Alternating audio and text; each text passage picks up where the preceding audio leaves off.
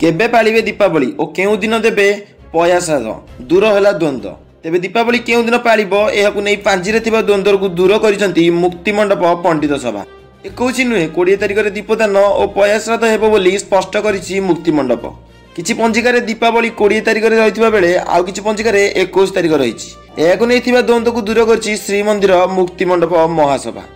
21 तारिख नुहे बरं 20 तारिख रे दीपावली और पयाश्राद्ध हेबो बोली स्पष्ट करिछि मुक्तिमंडप पंडित सभा। मुक्तिमंडप सभार कहिबार अनुसार 20 तारिख दिन 3:23 ठारू मंगलवार संध्या 5:30 पर्यंत अमावास्या तिथि रहिछि। शास्त्र अनुसार अमावास्या दंडटी अर्थात 24 मिनिट नथिबो तेबे सेदिन पालनीय नुहे सूर्यास्त अनुसार दंड गणति होइथाय।